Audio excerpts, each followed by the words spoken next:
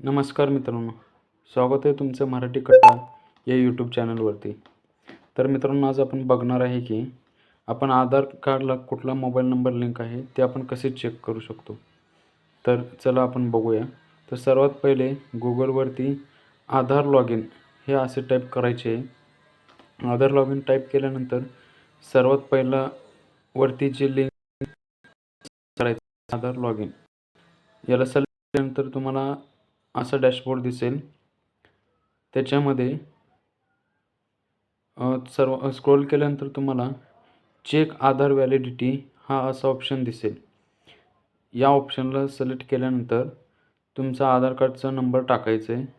आधार कार्डचा नंबर टाकल्यानंतर तुम्हाला खालती जो कॅप्चा आहे इंटर कॅप्चा, त्या ठिकाणी तो वरचा कॅप्चा कोड टाकून घ्यायचा आहे.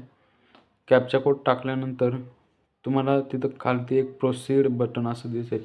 प्रोसीड बटनावरती सिलेक्ट केल्यानंतर तुम्हाला असा एक पेज ओपन होईल. तिथं की तुम्हाला तुमचा mobile number, state, gender and age band हे असे 4 ऑप्शन दिसतील. तिथं तुमचा मोबाईल नंबर कुठला लिंक आहे ते तुम्ही बघू शकता.